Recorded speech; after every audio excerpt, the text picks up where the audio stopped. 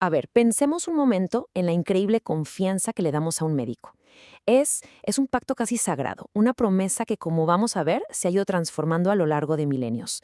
Hoy vamos a analizar justo eso, ese hilo invisible que une a doctores y pacientes, desde los templos de la antigua Grecia hasta los hospitales de hoy. La pregunta clave es esa, ¿no? ¿Qué es exactamente ese contrato invisible? ¿En qué se basa esa promesa? Pues para entenderlo, tenemos que hacer un viaje en el tiempo y ver cómo ha evolucionado una de las tradiciones más antiguas y vitales de la humanidad, el juramento médico. Y miren, esta es nuestra hoja de ruta. Vamos a arrancar por allá del siglo V antes de Cristo, con el famosísimo juramento hipocrático. De ahí daremos un salto a un momento muy oscuro que lo cambió absolutamente todo, el juicio de los médicos de Nuremberg. Y de esas cenizas nacerá la Declaración de Ginebra, la cual se ha seguido puliendo hasta nuestros días. Bien, pues nuestro punto de partida es la antigua Grecia, un lugar donde no solo nació la filosofía, sino también la primera promesa formal que un médico le hacía a su comunidad, a sus dioses y sobre todo a su profesión. A ver, el juramento hipocrático original no era solo una guía moral, ¿eh? Piénsenlo más como un contrato de entrada. Era la llave para poder pertenecer a un gremio súper cerrado, una especie de familia profesional muy, muy exclusiva. Y claro, se juraba ante los dioses como Apolo y Esculapio para poder ser aceptado en este círculo. Y sus principios eran clarísimos. Se juraba lealtad al maestro como si fuera un padre. Se prohibían prácticas bien específicas como la cirugía, que se dejaba a otros artesanos. También se negaban a administrar venenos o a facilitar abortos. Y sobre todo, se establecía un pilar que sigue de pie hasta hoy: la confidencialidad absoluta. El médico en este modelo era una figura de autoridad total, casi paternalista, que decidía por el paciente. Y bueno, este juramento resultó ser increíblemente resistente. Sobrevivió a la caída de Grecia y Roma porque supo adaptarse. En la Edad Media, por ejemplo, los dioses griegos fueron reemplazados por el dios cristiano. Ya para el siglo XIX, con toda la explosión de la ciencia, se transformó otra vez. Dejó de ser un rito casi místico para convertirse en un estándar de profesionalismo. Pero esa tradición de milenios estaba a punto de enfrentar su prueba más dura. Un momento en la historia donde la ética médica no solo se dobló, sino que de plano se rompió de forma catastrófica, obligando a todo el mundo a repensar las cosas desde cero. Al terminar la Segunda Guerra Mundial, el mundo descubrió con un horror que no podemos ni imaginar lo que había pasado en los campos de concentración.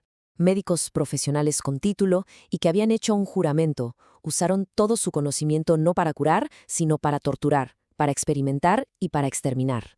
La medicina se había vuelto un arma. Y esto nos lleva al punto crucial de esta parte de la historia. El juicio de Nuremberg demostró que el juramento clásico, con toda su historia, era insuficiente. Simplemente no pudo proteger a las personas de los abusos de un Estado totalitario, ni del poder de una ciencia sin conciencia. Hacía falta algo mucho más fuerte, algo universal. Y justo de las cenizas de esa tragedia surgió una nueva promesa, un esfuerzo consciente, global, por crear un juramento para el mundo moderno, uno que pusiera la dignidad humana por encima de cualquier otra cosa. Así, en 1948, la Asociación Médica Mundial crea la Declaración de Ginebra. El objetivo era clarísimo: establecer un estándar global para que atrocidades como las de los nazis no volvieran a repetirse jamás. Ya no era un juramento a dioses o a un gremio, ahora era una promesa a la humanidad entera. Y las innovaciones fueron profundas, de verdad. Primero, se eliminó cualquier referencia religiosa para hacerlo universal. Segundo, se estableció que el deber principal es con el paciente, no con un gobierno o una ideología. Y tercero, y esto fue fundamental, se prohibió explícitamente cualquier tipo de discriminación. Se juraba velar con el máximo respeto por la vida humana, sin peros ni condiciones. Pero la evolución no se detuvo ahí, ni de cerca. De hecho, la etapa más reciente de esta promesa marca un cambio verdaderamente revolucionario en cómo entendemos la relación entre médico y paciente. Fíjense en la fecha, 2017. O sea, prácticamente ayer. Esto nos demuestra que la ética médica no es una reliquia en un museo, es algo vivo, que respira y que se adapta a los cambios de la sociedad. Y el cambio más grande, el más importante de esta actualización fue la autonomía del paciente.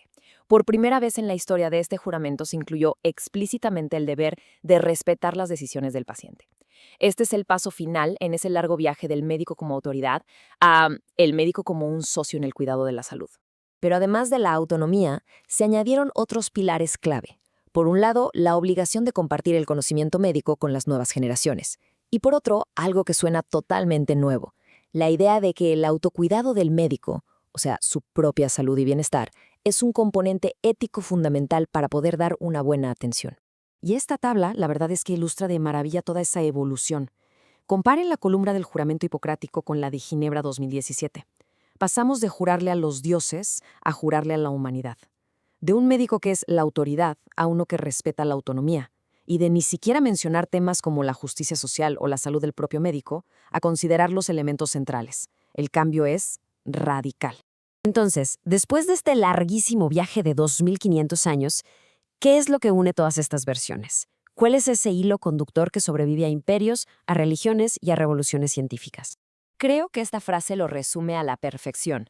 A pesar de todos los cambios, el juramento sigue siendo el hilo de seda que une la ciencia con la conciencia. Su esencia, al final, no ha cambiado. Asegurarse de que, sin importar qué tan avanzada sea la tecnología, el corazón de la medicina sigue siendo la protección de la vida humana.